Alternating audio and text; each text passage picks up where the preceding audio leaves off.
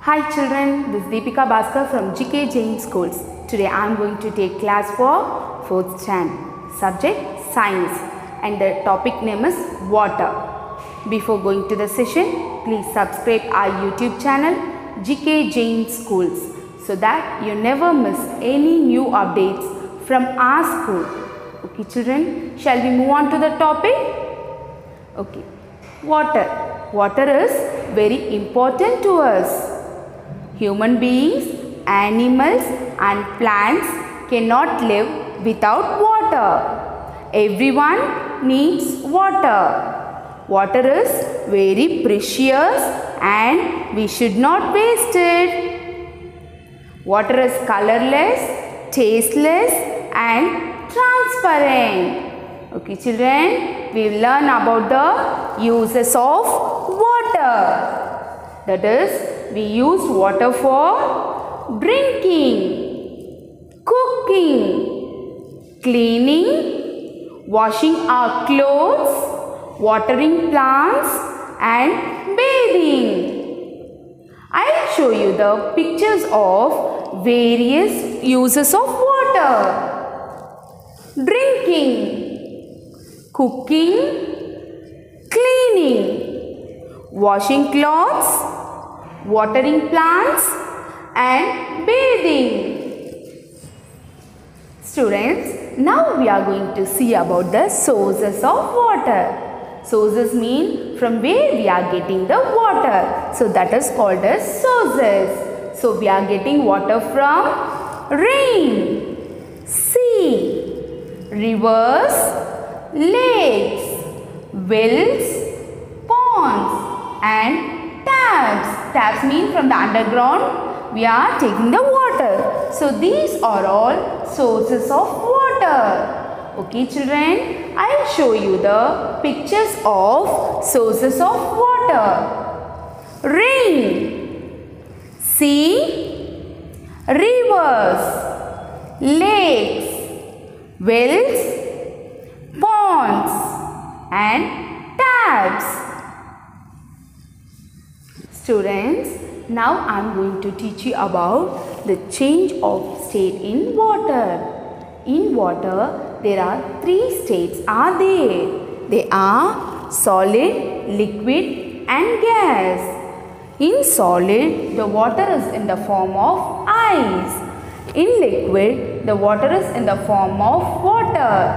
And in gaseous state, the water is in the form of water vapor. So these are the 3 forms of states of water. I will show you the pictures of states of water. Ice, that is a solid form.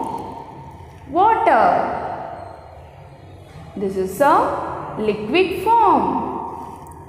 Water vapor, that is a gaseous form. Children, now we are going to learn about water cycle. What does mean by water cycle? The change of water from one form to another form in nature, that is called as water cycle. Now I am going to explain you that. So when sun rays falls on the water gets vaporized. This process is called as evaporation. That means the sun rays which falls on the water body, then the water gets vaporized. That is, the water changed into water vapors. Then the water vapor goes up and it contact with the cool air on the atmosphere. Then it will become as a water droplets on the atmosphere. So this is known as condensation. That means the water vapors are cooled down and changed into water droplets. This process is known as condensation. The next process, that is, the water droplets are combined to form a big water droplets, and they are big water droplets are formed as the clouds. So the condensation process is just opposite of evaporation. That is, the water is changed into water vapors, that is known as evaporation. And the water vapors are on cooling, that is changed into water droplets. That process is known as condensation. So here we will see the evaporation and the condensation.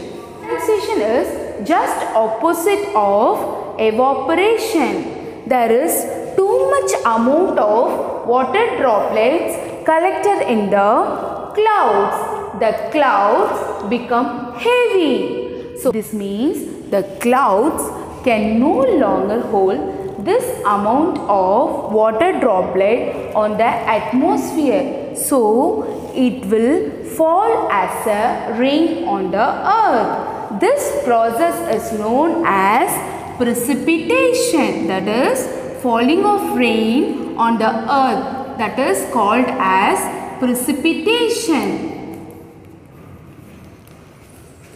So these are the process which involves in the water cycle. That means when sun rays falls on the water and the water gets vaporized, the water vapors are on cooling, again it changes into water droplets. Then the water droplets are fall back as a rain. So this is known as water cycle.